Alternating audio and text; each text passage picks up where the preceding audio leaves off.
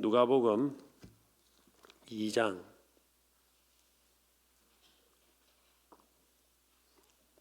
25절에서 32절 제가 봉독하도록 하겠습니다. 예루살렘에 시몬이라 하는 사람이 있으니 이 사람은 의롭고 경건하여 이스라엘의 위로를 기다리는 자라. 성령이 그 위에 계시더라. 그가 주의 그리스도를 보기 전에는 죽지 아니하리라 하는 성령의 지시를 받았더니 성령의 감동으로 성전에 들어가매 마침 부모가 율법의 관례대로 행하고자 하여 그 아기 예수를 데리고 오는지라. 시몬이 아기를 안고 하나님을 찬송하여 이르되 주제여 이제는 말씀하신 대로 종을 평안히 놓아 주시는도다. 내 눈이 주의 구원을 보았사오니 이는 만민 앞에 예비하신 것이요 이방을 비추는 빛이요 주의 백성 이스라엘의 영광이니이다 하니. 아멘. 이스라엘의 위로를 기다리는 자라는 제목으로 하나님의 말씀을 전하겠습니다. 세상에서 이 기다림은 매우 중요합니다. 포도를 수확해서 그냥 먹으면 혹은 몇만 원만 하면 됩니다. 가치가. 그런데 그 포도를 오랜 기간 숙성시켜 놓고 기다리면 최고 와인으로 탄생하게 되는데, 이런 최고 와인은 한 병에 수천만 원을 호가하는 그런 엄청난 가치로 띱니다. 가수나 연예인들도 보면 오랜 세월 무명의 시절을 보내다가 어느 날 스타의 반열에 오르는 분들이 많습니다. 우리가 잘 아는 임영웅이라는 최고 가수도 처음부터 유명해진 것이 아니고 오랜 시절 무명의 시절을 보내다가 미스터 트롯이라는 그런 프로그램을 통해서 당대의 최고의 스타가 되었지 않습니까? 만약 그가 기다리지 못하고 나는 안 되는갑다 하고 빨리 포기했다면 현재의 그 위치에 오르지 못했을 겁니다. 그래서 기다림이란 어떤 소망과 꿈을 가지고 자신을 성숙시키는 하나의 과정이다라고 볼 수가 있습니다. 신앙의 세계에서도 기다림은 매우 중요합니다. 하나님은 우리를 기다리게 하십니다. 그 기다림을 통해서 우리를 숙성시켜 가시고 성숙시켜 가는 것입니다. 우리의 가치를 더 높여주시는 것입니다. 그런데 이 신앙의 세계에서 기다림과 세상적인 기다림과는 좀 다른 점이 있습니다. 그 주체와 대상이 다릅니다. 세상적인 기다림은 그 주체와 대상이 자기 자신입니다. 내가 앞으로 어떻게 해서 어떻게 유명해지고 어떻게 잘 되어지고 주로 이런 관점이죠. 그러나 신앙의 세계의 기다림은 그 대상과 주체가 하나님이고 예수님입니다. 하나님이 은혜를 주시면, 예수님의 때가 되면, 하나님이 응답하시면, 그러면 하나님이 뜻이 이루어지고 또 하나님의 놀라운 역사가 일어날 것이다. 이게 이제 신앙적 기다림이죠. 신앙적인 기다림의 특징이죠. 그래서 신앙적 기다림은 늘 하나님의 임재와 은혜를 기다린다는 것입니다. 이런 의미에서 하나님을 기다리고 예수님을 기다린다는 것은 곧 믿음이다라고 볼 수가 있습니다. 믿음은 기다리는 거예요. 하나님을 예수님을 잘 기다리는 사람을 보고 응답을 많이 주시고 축복을 많이 하십니다. 예레미야 예가 3장 25절에 보면 기다리는 자들에게나 구하는 영혼들에게 여호와께서 선하시도다. 이 시편 40편 1절 보면 내가 여호와를 기다리고 기다렸더니 귀를 기울이사 나의 부르짖음을 들으셨도다. 기다리면 선한 일이 일어납니다. 기다리면 또 응답이 일어납니다. 예배를 드릴 때도 우리가 주님의 은혜를 좀 기다려야 됩니다. 그런 사람에게 은혜를 부어주십니다. 기도를 하거나 기도를 하도 좀 기다려야 돼요. 소망을 가지고 기다려야 됩니다. 그러면 하나님이 선한 일들이 일어납니다. 오늘 말씀에도 예수님을 기다리는 한 분을 소개하고 있습니다. 그 사람의 이름은 시몬입니다. 시몬을 가르쳐 성경이 이렇게 말합니다. 누가복음 2장 25절 같이 한번 읽어보겠습니다. 예루살렘에 시몬이라는 사람이 있으니 이 사람은 의롭고 경건하여 이스라엘의 위로를 기다리는 자라. 성령이 그 위에 계시더라. 시몬을 향해서 뭐라고 하느냐 하면은 이스라엘의 위로를 기다리는 자다 이렇게 소개를 합니다. 뭐 시몬이 어떤 직분의 사람인가 직위의 사람인가는 명확하게 전혀 밝혀지고 있지 않습니다. 뭐 성경은 별로 거기에 관심이 없는 것처럼 보여요. 근데 뭐에 관심이 있습니까? 이 사람이 삶에 관심이 있어요. 삶에.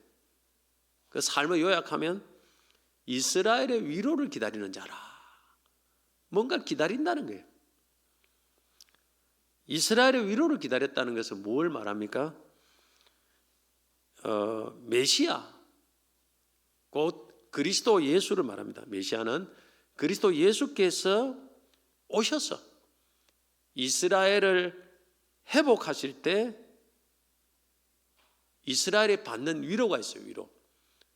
그 위로를 기다렸다는 말입니다. 이스라엘의 위로를 기다렸다는 말은, 이걸 다른 말로 하면 좀 더 쉽게 말하면 메시아, 예수님을 기다렸다는 말입니다. 예수님이 오셔서 우리를 위로해 주기를 기다렸다는 거예요. 이게 시몬의 삶입니다. 당시 이스라엘은 로마의 식민 지배를 받고 있었습니다. 이스라엘은 주전 586년 이후로 마카비 혁명으로 약 100년간 독립을 했을 뿐 계속해서 사실 이방 민족의 지배를 받고 있었다고 볼 수 있습니다. 이 당시는 로마의 식민 지배를 받고 있었죠. 그래서 이스라엘 백성들에게 소망은 메시아가 오면, 이 그리스도가 오면은 우리 이 한많은 이 이스라엘을 참 해방시켜 주시고 한을 풀어 주시고 위로해 주실 것이다. 이걸 거의 모든 이스라엘 백성들이 소망을 하고 있었어요. 시몬도 그 중에 한 사람입니다. 시몬은 더 간절히 기다렸다고 볼 수 있죠. 예수님이 오시기를 기다렸습니다. 여기서 말하는 이 위로는 궁극적으로는 단순히 이스라엘의 정치적 구원만 의미하는 것이 아니고 전 인류가 죄에서 해방받는 구원의 위로를 가리킨다고 볼 수가 있습니다. 시몬도 이 점을 분명히 깨달았습니다. 30절부터 32절의 시몬의 찬양을 보면 내 눈이 주의 구원을 보아사오니 이는 만민 앞에 예비하신 것이요 이방을 비추는 빛이요 이렇게 했습니다. 그래서 이 구원을 보았다는 거예요. 이거는 그냥 단순히 이스라엘만 구원하는 것이 아니고 만민을 구원하는 것이고 이방, 이스라엘뿐만 아니라 모든 세상 사람들을 이게 비추는 빛이다. 시몬은 이것을 알았습니다, 사실. 그래서 이것을 기다렸습니다, 예수님은 이스라엘의 위로자뿐만 아니라 전 인류의 위로자이십니다. 할렐루야. 오늘도 우리 많은 사람들이 위로를 받기를 원합니다. 뭐 위로받을 데 없느냐? 지금 모든 세상 사람들이 그래요. 그래서 상담을 찾고 전문가를 찾고 또 자신과 마음이 맞는 사람들과 대화를 나눕니다. 왜 그렇습니까? 위로를 받기를 원하기 때문에 그런다고 저는 생각합니다. 그러나 우리를 진정으로 위로할 분은 예수 그리스도밖에 없습니다. 아멘은 크게 한번 합시다. 아멘. 오늘 여러분, 진정한 위로는 어떤 사람에게서 상황에서 오는 것이 아니고 예수님이 오시면 됩니다. 마태복음 11장 28절에 30절에 보면 수고하고 무거운 짐진 자들아 다 내게로 오라. 내가 너희를 쉬게 하리라. 나는 마음이 온유하고 겸손하니 나의 멍에를 메고 내게 배우라. 그리하면 너희 마음이 쉼을 얻으리니. 제가 예수님을 믿어보니까 참 이 세상의 가장 큰 위로는 오직 예수뿐이다. 저는 예수님을 안 믿어봤고 20년 가까이를 안 믿어봤고 또 그 후로 지금까지 수십 년을 또 믿어보았는데 제가 단연코 말합니다. 부모의 위로도 크고 좋은 사람의, 친한 사람의 위로도 있습니다. 없는 게 아니에요. 그러나 최고 위로자는 예수밖에 없더라고요. 늘 예수님을 쓰면 다 이해를 해주시고 받아주시고 너무 마음이 편해요. 예수님 앞에서. 그거 예수님이다. 다 우리가 부족하지 않습니까? 부족한데 예수님이 앞에 서면 예수님은 그걸 다 이렇게 그렇게 참 포용하시고 용납하시고. 왜 예수님만이 전 인류의 위로자가 되실까요? 왜냐하면 그분만이 우리의 유일한 구원자가 되시기 때문입니다. 30절에 보면 내 눈이 주의 구원을 보았사오니. 이 예수의 구원을 보았다는 거예요. 예수님이 그냥 돈다발을 가지고 오기 때문에 우리 위로자가 되는 게 아니에요. 구원을 가지고 오기 때문에. 할렐루야.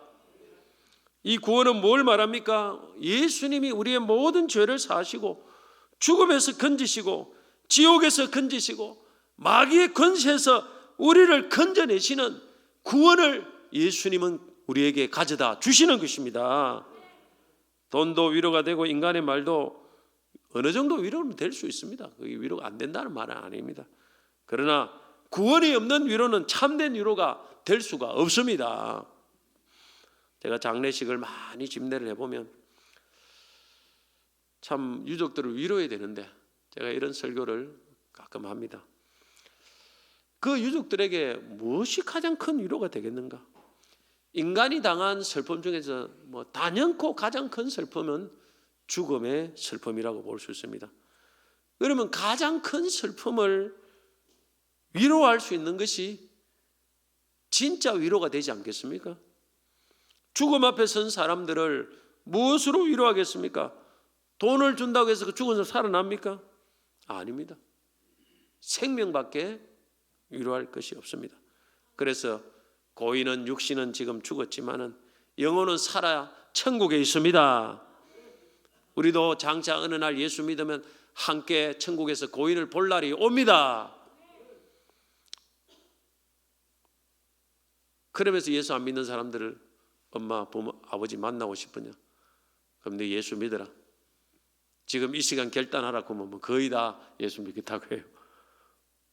아버지, 엄마 본다 하는데. 이래가지고 이제 전도를 하죠. 그리고 때가 되면 고인이 썩어진 육신도 다 부활해서 영원히 썩지 않을 육신으로 영원히 살 것입니다.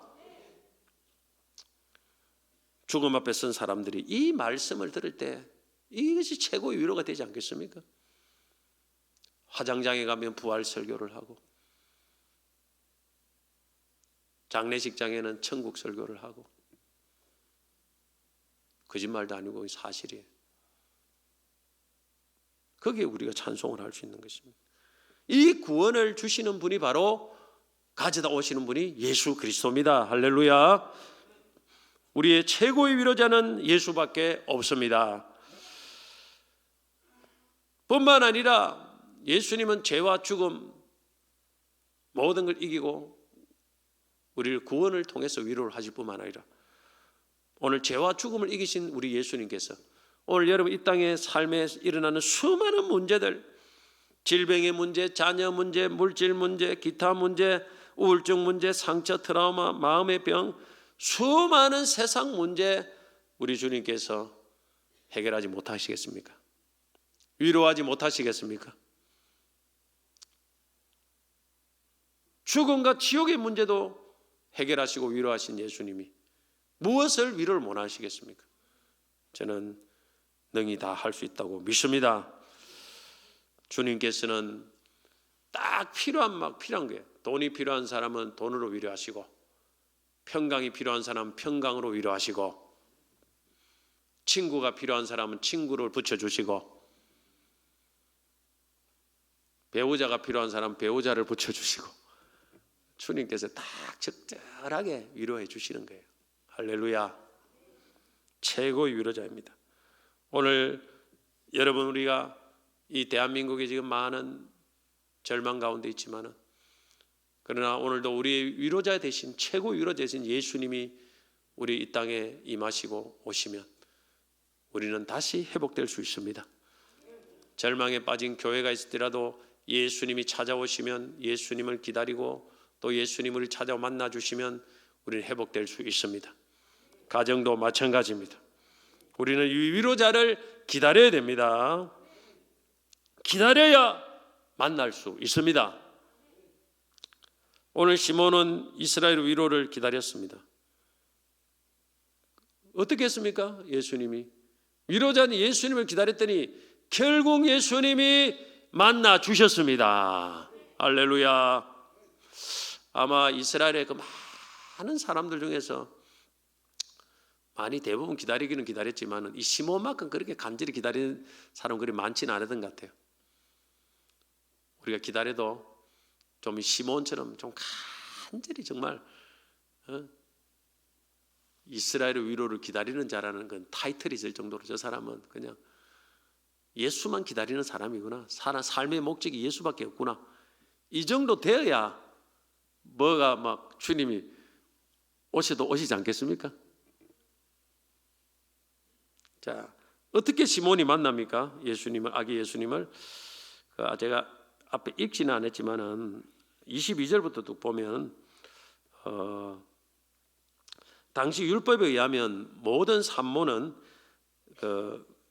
유대인들의 산모는 자녀를 낳은 후에 정한 기한이 지나면 제사장에게 가서 제물을 드려 속죄를 받아야 했습니다. 이것이 정결의식의 날입니다. 정결의식의 날.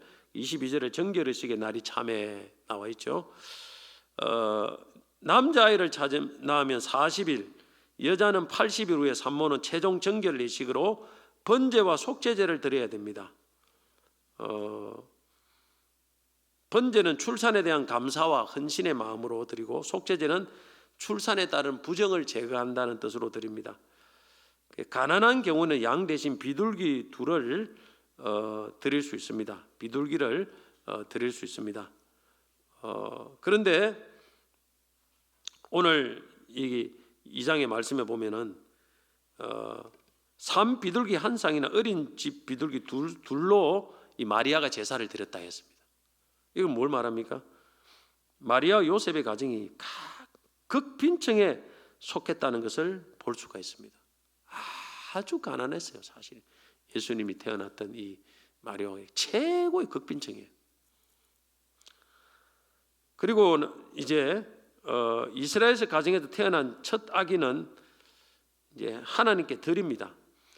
원래 율법에 보면 짐승의 초태생을 하나님께 드리는데, 사람은 제물 대신 레위 지파로 대치해서 하고 혹은 속전을 지불합니다. 그래서 아마 이 예식에 따라서 아기를 처음 태어난 아기를 이제 하나님께 드리는 그런 의식을 했던 것 같아요. 아기 때 사실 성전에 들어오는 경우는 사실 이 경우밖에 없다고 볼 수 있어요. 이 경우밖에. 그런데 딱 예수님이 아기 때 성전에 들어오는 그 한 번의 타이밍에 시몬이 아기 예수를 만났다는 것입니다. 참 이건 뭐 너무너무 뭐 성전에 자주 왔다 갔다 하면은 뭐 눈에 볼 수도 있고 만날 수도 있는데, 딱 한 번 들어오는 그 타이밍에 정확하게 그 타이밍에 시몬이 들어와 아기 예수를 만날 수 있는 확률은 뭐 거의 없다고 보면 돼요. 그러나 하나님의 놀라운 계획 가운데 이 모든 것이 진행된 것입니다. 이 세상에 우연은 없습니다.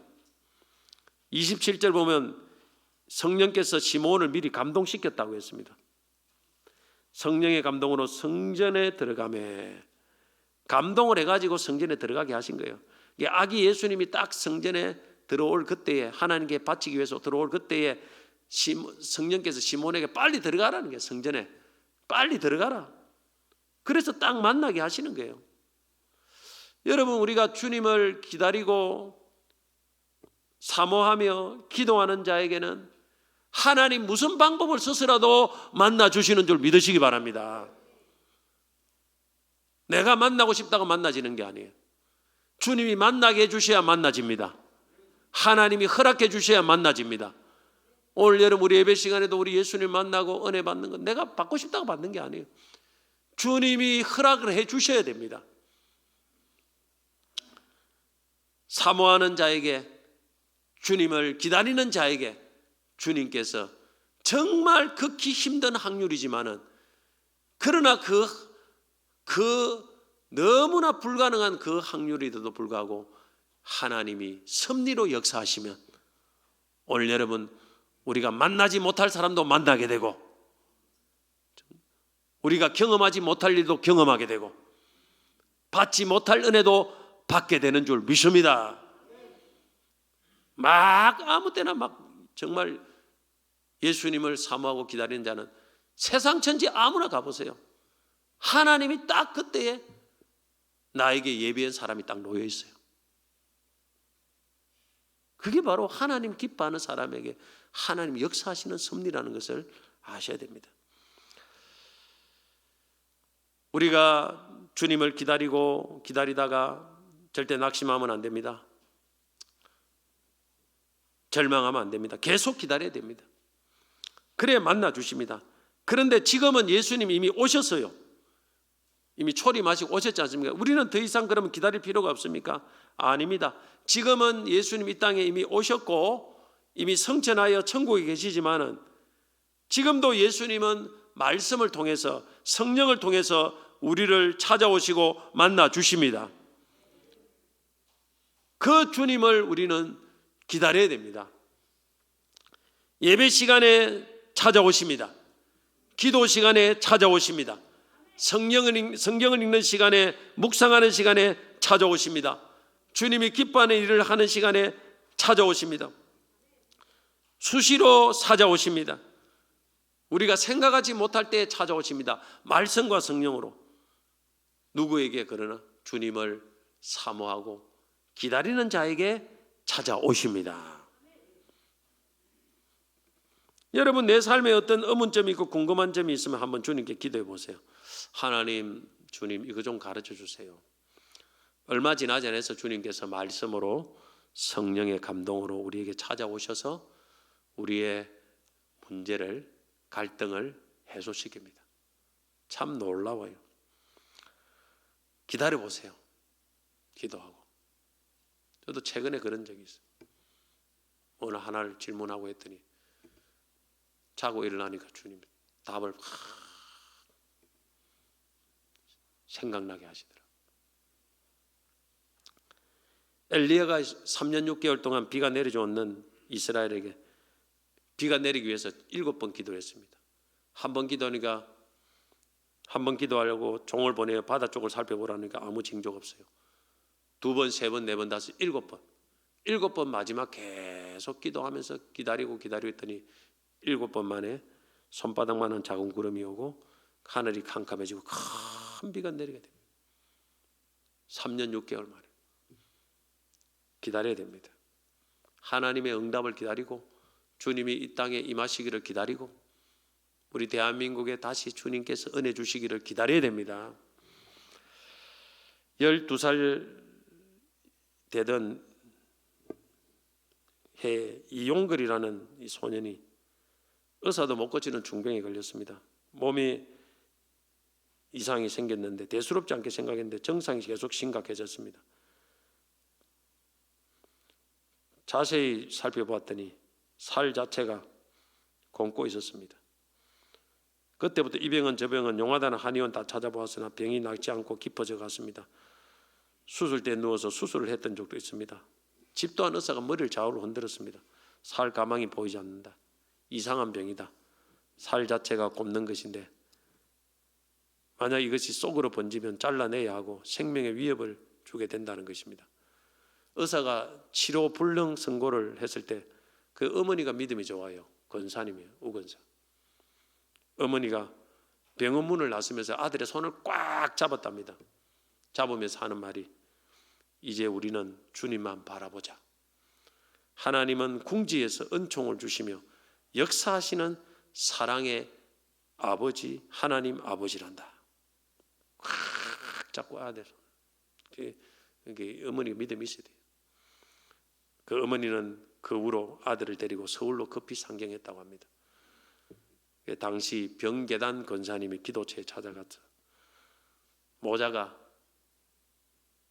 1년간 숙소를 용산에 있는 친척집에 정해놓고 1년을 하루같이 그 권사님 기도처에 찾아가서 안수기도를 받았다고 합니다. 그 사이에 이 12살 없는 소녀는 사경을 몇 번 헤매기도 했다고 합니다. 그런 위험한 지경에서 야감chấp 쓰지 않고 오직 하나님께만 기도로 매달렸습니다. 기도하면 하나님 고쳐주신다. 너무너무 통증이 심하니까, 그래도 안 나서니까 소년이 하나님께 서원 기도를 했습니다. 주님, 저에게 제 병을 고쳐주시며 쉬고 건강 주시면 주님을 위해서 평생을 살겠습니다. 그렇지 않으면 속히 이 고통에서 생명을 거두어달라. 365일 기도를 하는 중에 마지막 365일째 되는 날이 10월 15일입니다. 그날도 365번째 안수 기도를 받으러 갔죠.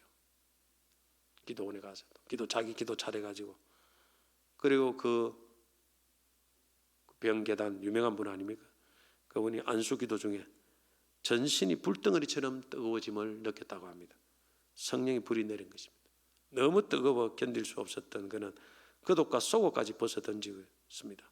순간 통증이 깨끗하게 사라지고 건강이 다 회복되었다고 합니다. 이 소년이 나중에 훌륭한 목사님 되었어요. 미국 가면은 필라델피아 영생장로교라는 교회라는 큰 교회입니다. 그 교회를 이제 개척을 했죠.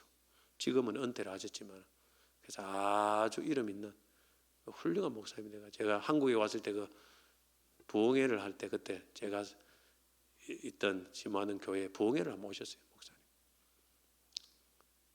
그 어릴 때부터 그렇게 하나님을 기다리는 훈련을 받은 그 소년을 하나님이 훈련시켜 가지고 큰 인물로 사용을 해 주신 것입니다. 기다린 자에게 만나 주십니다. 참 하나님도 참 대단하시다. 365일 하는데 그 마지막 날에 그 불을 떨어뜨린 거예요. 조금 일찍 떨어뜨려 주면 뭐가 문제가 있는 것도 아닌데, 참 우리를 막 기다리게 하시는 거예요. 사람은 막 얼마나 참, 하나님은 다 날받아 놓고 있지만은 기도하는 사람은 막 속이 타고 막 어떻게 했습니까? 근데 그걸 통해서 우리가 성숙되어 가는 것입니다. 이렇게 이스라엘 위로자이신 예수님을 시몬이 만났습니다. 그때 시몬은 어떻게 합니까? 28절 29절 같이 한번 읽어보겠습니다. 시몬은 28절 29절 시작. 시몬이 아기를 안고 하나님을 찬송하여 이르되 주제여 이제는 말씀하신 대로 종을 평안히 놓아주시는도다. 하나님을 찬송합니다. 그 평안이 임합니다. 위로자이신 예수님을 만난 자의 모습입니다. 우리가 흔히 예수님을 인격적으로 좀 만나게 해달라 이렇게 이야기를 해요. 우리 자녀 예수님을 인격적으로 만나게 해달라. 교회는 오는데 내가 보니까 인격적으로 만남이 없다. 무슨 말입니까? 예수님을 인격적으로 만난다는 말은? 지금 시몬이 예수님을 인격적으로 만난 거예요, 사실. 우리는 시몬과 같이 육신의 눈으로 예수를 보지 못하지만은 말씀과 성령으로 우리가 예수님을 시몬처럼 인격적으로 만날 수 있습니다. 그런데 인격적으로 예수를 만나면 뭐냐면 변화가 일어나요. 반드시 변화가 일어납니다. 그래서 저는 인격적으로 만난 그 증거는 변화다 생각합니다. 삶의 변화. 그게 인격적으로 만난 거예요. 변화가 없는 것은 인격적으로 아직 만난 것이 아니에요, 사실은. 그러면 그 삶의 변화가 뭐냐? 찬송입니다. 찬송. 시몬이 아기를 안고 찬송하지 않습니까? 예수님 때문에 찬송해요. 이 만난 사람이에요. 이 변화된 사람의 모습이죠. 여러분, 성령이 충만하면 가장 먼저 나타나는 증거가 뭔지 압니까? 찬송입니다. 에베소서 5장 18절 19절 보면 술 취하지 말라 이는 방탕한 것이니 오직 성령으로 충만함을 받으라 그래 놓고 시와 찬송과 신령한 노래들로 서로 화답하며 너희 마음으로 주께 노래하며. 제일 처음이 나온 찬송이에요. 찬송. 왜 그렇습니까? 딱 만나면 기쁨이 넘쳐요. 주님 만난 기쁨 때문에 찬송을 합니다. 예수를 인격적으로 만나면 기뻐요. 그건 기쁘면 변화가 일어납니다. 기쁨의 찬송이 오면은 감사가 있고 순종이 따라와요. 기쁨이 없어요. 그러면 우울합니다. 슬퍼요. 그러면 모든 것이 억지가 돼요. 예배도 억지, 봉사도 억지, 순종도 억지. 예수님이 만난 인격적으로 만난 은혜가 없기 때문에 그렇거든요. 그러게 되면은 항상 불만 불평이 가득합니다. 율법적으로 의무감으로 신앙생활을 하기 때문에 그래요. 이거는 인격적으로 예수님을 만나지 못했기 때문에 그렇습니다. 그러나 항상 예수님을 인격적으로 만나면 예수님이 기뻐하면서 찬송해요. 그러면 변화가 일어납니다. 그래서 예수를 진짜 인격적으로 만나고 내가 영적 상태가 굉장히 좋으면요, 내 속에 자꾸 찬송이 나와요. 나도 모르게. 길 가다 찬송, 잘 때도 찬송, 자고 일어나도 찬송, 마음으로 찬송, 그리 나옵니다. 유행가가 아니고 찬송이 나옵니다. 유행가가 아니고 찬송이 나와. 그리 되게 돼 있어요. 저도 충만할 때는 찬송이 자꾸 나와요. 입에서. 잠을 잘 때도 찬송이 나오고. 이런 사람이 근심이 있겠습니까? 부정적인 생각이 있겠습니까? 근심이 있다가도 찬송이 자꾸 있으니까 근심이 확 잡아먹어버려요. 두려움이 있다가도 찬송이 나오면 두려움을 확 잡아먹어요. 두려움이 자랄 틈이 없어요. 염려가 자랄 틈이 없어요. 그게 기쁘죠. 그러면 변화가 일어나는 거예요. 기쁨은 성령의 열매입니다. 성령의 열매. 그러면서 평안이 임하게 됩니다. 평안이. 29절에 보면 주제 이제는 말씀하신 대로 종을 평안히 놓아주시는 데다. 인격적으로 만나면 놀라운 삶의 변화가 일어나요. 그게 바로 예수를 인격적으로 만난 거예요. 여러분, 예수님을 인격적으로 만나시기 바랍니다. 그냥 이 지식적으로 만나면 안 돼요. 그러면 자꾸 이 찬송이 없고 불평 불만만 가득해요. 그러면 그 절대 예수를 잘 믿는 건 아니에요, 사실은. 절대 잘 믿는 건 아니에요. 물론 이 세상에 보면 참 안 좋은 것도 많죠. 그러나 하나님은 항상 기뻐하라고 했기 때문에 찬송을 해야 돼요. 찬송. 그래야 이길 수 있습니다. 인격적으로 계속 만나야 돼요, 우리가 예배를 통해서. 해오론 교회 최낙중 목사님이 간증인데, 오래전에 자신이 살고 있던 농촌 마을에 개척교회가 세워졌는데 그의 성탄절까지 최낙중 목사님이, 그때는 목사님 아니겠죠, 중학생과 고등학교 20여 명을 전도를 했답니다. 이분이 시골에서 성탄절 새벽송을 위해서 학생들에게 찬송가 3곡을 외우게 했습니다. 교인 집에 가서는 기쁘다 구주 오셨네, 불신자 집에 가서는 보요한 밤 거룩한 밤을 부르기로 했습니다. 새벽 4시쯤 귀신 들린 무당집을 방문했다고 합니다. 징을 치는 소리가 요단했는데 대문 밖에서 기쁘다 구주 오셨네 큰 소리 불렀다고 합니다. 이제 그때는 초신자들이죠. 다 애들, 초신자들 데리고 간 거예요, 사실. 전도연 애들을. 근데 그리 부르니까 요란한데 징소리가 그쳤다고 합니다. 그때 집주인이 겁에 질린 모습으로 달려나와 구다는 집에 웬 찬송가여, 우리 집 이제 망했어 하고 고함을 질렀습니다. 왜 그러냐고 물었더니 찬송가 소리가 들리자 그 집안에서 일어나서 춤추던 무당과 앉아서 징치던 무당들이 쓰러져 버렸다는 거예요. 그냥 그 자리에서 찬송가 소리를 듣자.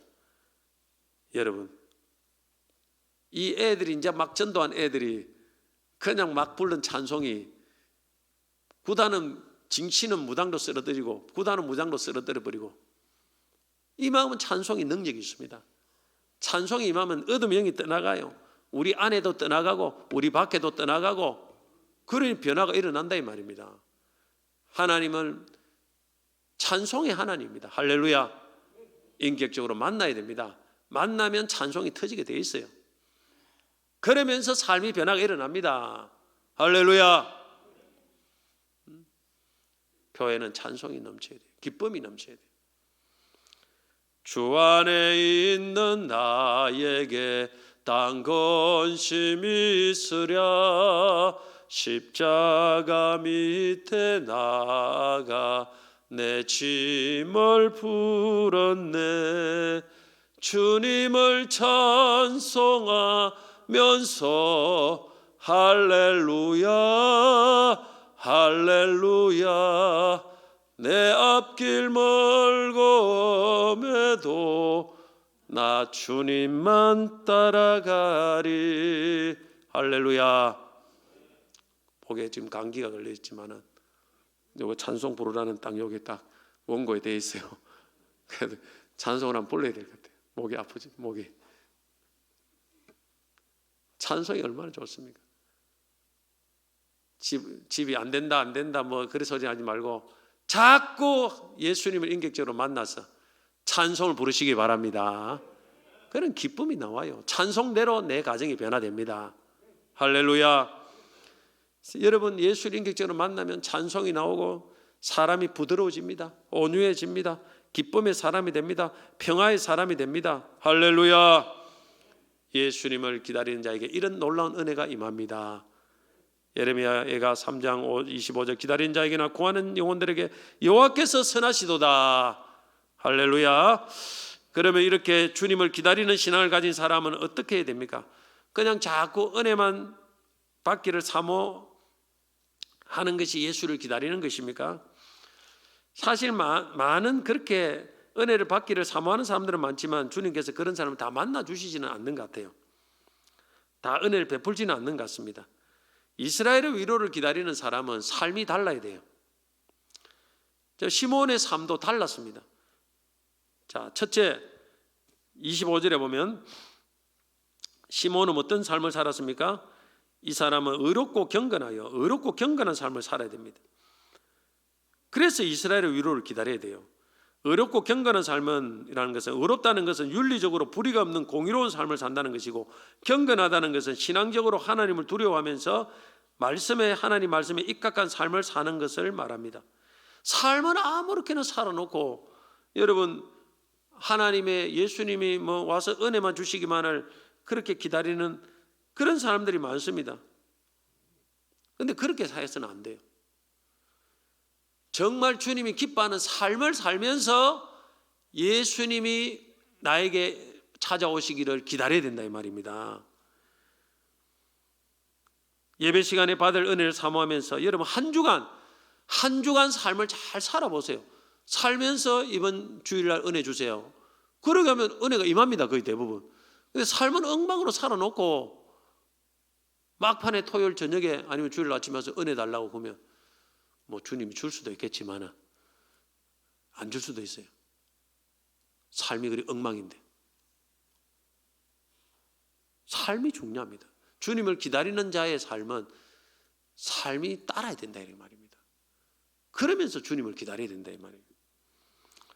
예수님은 우리의 삶을 보고 주님을 기다리는 삶의 진정성을 테스트하는 것입니다. 둘째는 주님을 기다리는 시몬의 삶은 성령의 인도를 받는 삶을 살았습니다.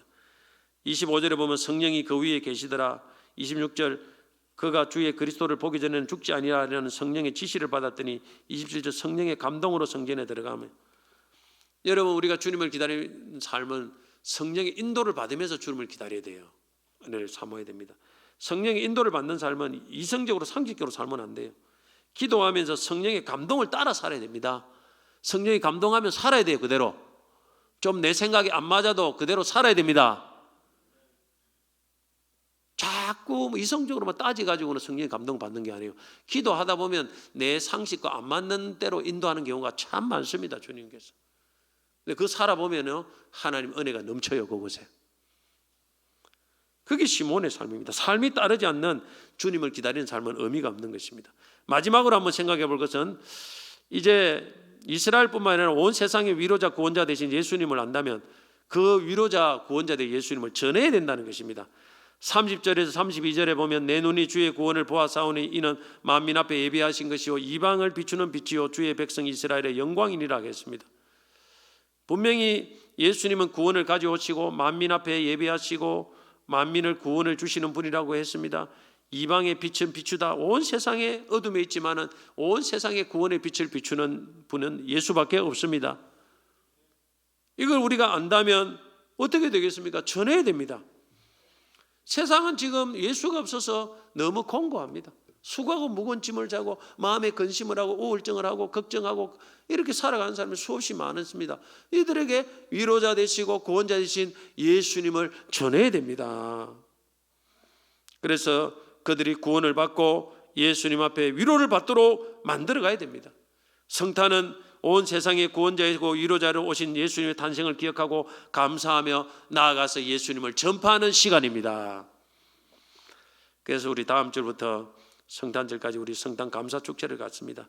혹시 여러분 가정에 가족 중에 친척 중에 아니 우리 같이 가정 구역 중에 불신 가족들 친척들 있으면 꼭 여러분 이 성탄에 한번 나오라고. 하나님 예수님의 위로 주신다. 예수님이 가정을 축복하신다. 한 번만 나와봐라. 그렇게 꼭 여러분 권고해서 이 성탄의 기쁨을 온 세상 사람들이 누릴 수 있도록 그렇게 만들어 가시기를 주의 이름으로 축복합니다. 말씀 뵙겠습니다. 우리의 최고 위로자 구원자이신 우리는 예수밖에 없습니다. 우리는 그 예수님을 기다리는 자가 되어야 됩니다.